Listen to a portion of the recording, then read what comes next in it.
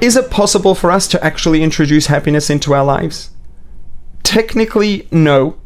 But practically, effectively, the answer is yes.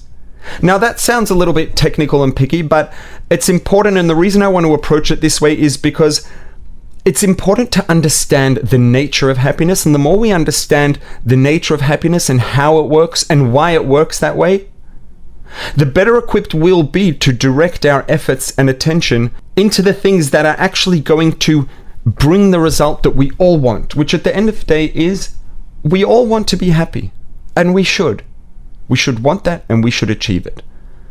So the question is, why technically not? And when we understand why technically not, we'll also understand how practically yes. Because ultimately, that's the thing that's most important to us, and that's the thing we're interested in. So I want to first draw an analogy, talk about something similar. So that there's this idea that's discussed in texts by the sages, and it's basically, it says, it's almost kind of a proverb-ish, and it says that one who pursues honor, one who chases after honor and respect, the honor and respect will run away from them. And if a person runs away from honor and respect, the honor and respect will chase after them. Now, you know, this sounds like maybe it's a nice thing and it's a good reward, and the reward for running away from honor and respect is that it chases after us, and that the punishment for chasing after it is that, you know, it runs away from us. But it's not just a reward and punishment situation. It's actually a basic human nature situation, and it's really common sense once we understand how it works and why. Think about it for a minute. Think about, are there people in your life who you really have a deep, profound respect for, people you really look up to? And if you think about, you know, if you're lucky enough to have someone in your life who you respect profoundly, chances are that if you stop and think for a minute, you'll realize that this person is someone who is honestly and authentically dedicated and committed to something that they believe in, and something that they're pursuing, something they're trying to make into a reality, and that they're dedicated wholeheartedly to the pursuit of that thing that they believe in.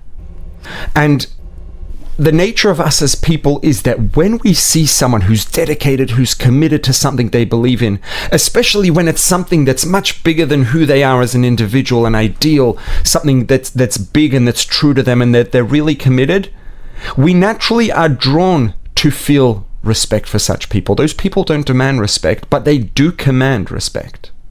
It's natural. And when we see someone who's, you know, behaving in the way they're behaving because they're trying to earn respect and honor, respect and honor is the last thing we're going to feel for such a person. Even if we don't consciously, you know, stop and think, well, is this person trying to chase respect and honor or not? But the bottom line is, when someone's chasing respect and honor, we can smell it from a country mile away, subconsciously, and we're not likely to actually feel respect for a person when they're trying to get it. So the bottom line is, the nature of respect is that if someone is chasing respect and trying to get respect, it's going to run away from them. We're not likely to be inclined to feel a large degree of respect for someone that's trying to earn respect and honor, because that's not what makes us feel respect for someone. That's not what makes us honor people. The thing that makes us feel respect and honor for someone naturally is when they're not chasing the honor and they're not interested in respect. What they're chasing after is the realization of that thing that they believe in, and that they're dedicated and committed to it. So the reason that honor and respect run away from the person who's chasing after them and chase after the person who's not looking for them, who's running away from them, is not just an issue of reward and punishment. It's a matter of nature. Because the thing that makes us feel respect and honor towards someone, the thing that makes us feel respect towards someone and to honor them, does not include trying to get honor and respect. Trying to get honor and respect is, to a degree, the opposite of the thing that makes us feel honor and respect. So if a person's chasing honor and respect, by definition, they will not get it. Because chasing honor and respect is the opposite of the thing that makes people feel honor and respect for someone. So the intentional pursuit of honor and respect is self-defeating by definition and by its nature, not just as a reward and punishment. That's the nature of the way it works. That's human nature. And the same thing is true of happiness.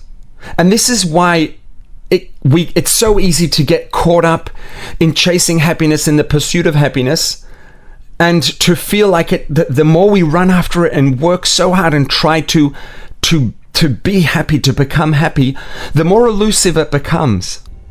Because the nature of happiness is such that which causes happiness does not include chasing happiness, does not include trying to be happy.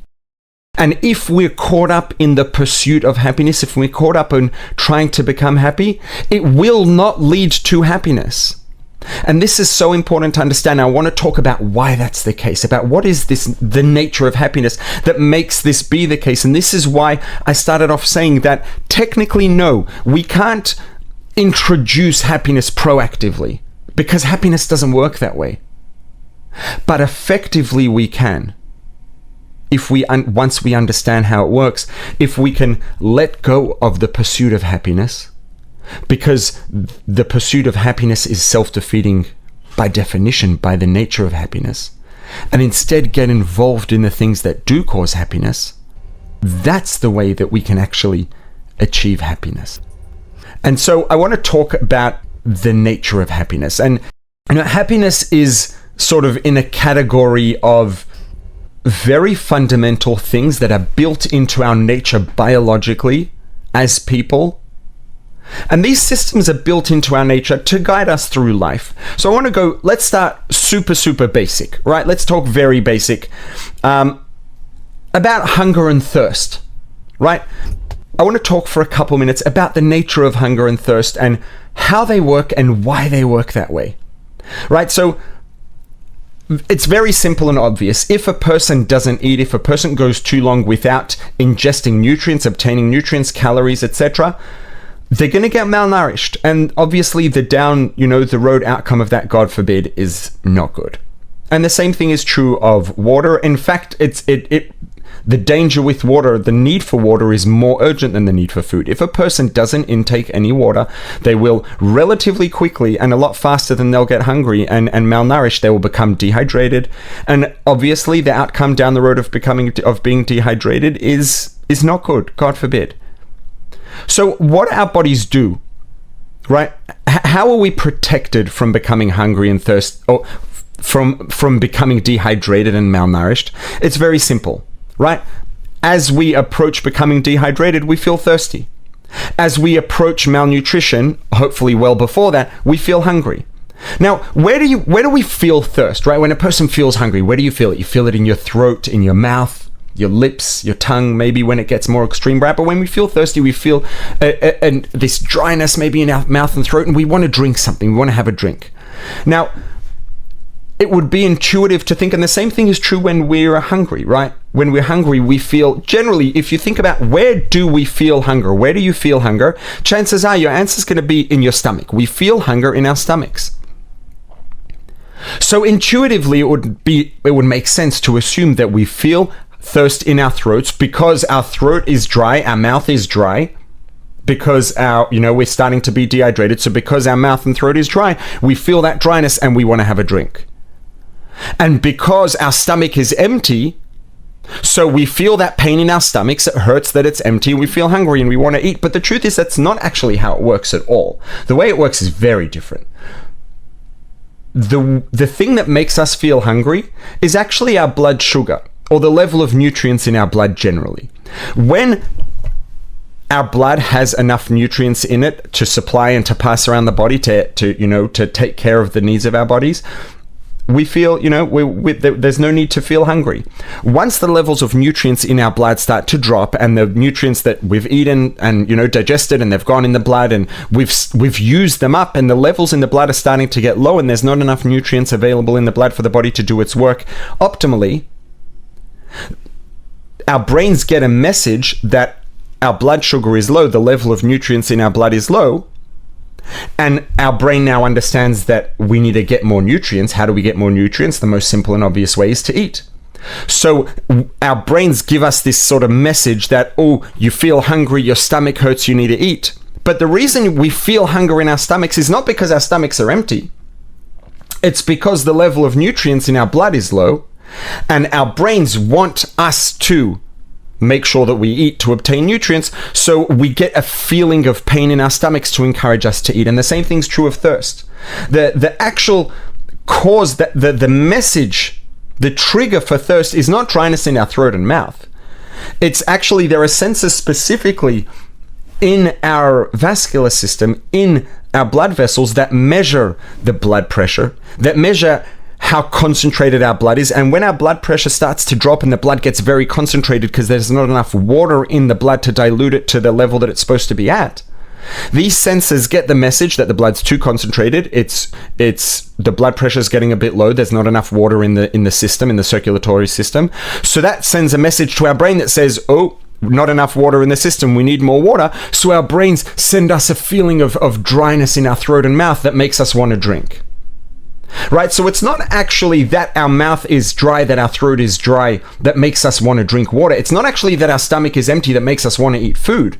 It's systems that are built into our biology that when our nutrients in our blood is low, it makes us feel a sensation of dryness in our mouth and throat. And it's really just a game that our brain's playing on us, a trick our brain is playing on us to encourage us to drink the water that we need. When the nutrients are low, it gives us a almost a fake sensation of pain in our stomachs to encourage us to eat to get the nutrients we need. Right? So because let's say that these are the most fundamental things that we have to actively do intentionally, because breathing's more urgent, but that's more complicated because it's mostly automatic. But to make sure we don't get dehydrated and we don't get malnourished, there are systems built into our biology to deter us from becoming malnourished and to deter us from becoming hydrated, because it makes us feel uncomfortable, and that discomfort encourages us and incentivizes us to get the water that we need and to get the nutrients that we need by eating and drinking. If you haven't yet, click on the subscribe button, then click on the notification bell to see future videos. And please, again, share the link wherever you share things on social media, Facebook, wherever it is, WhatsApp groups, WhatsApp status, to help this message reach more people. This has been the Bites of Judaism podcast. This podcast has been made possible by Mr. and Mrs. David and Malki Smetana. If you found it valuable, please leave a 5-star rating and a review. It really does help it reach more people. And tell your friends about it. If you haven't yet, you can subscribe on all the major podcast platforms at rabbiglick.link/podcast. To dedicate a future episode of the podcast, send an email to podcast@rabbiglick.com. See you next time.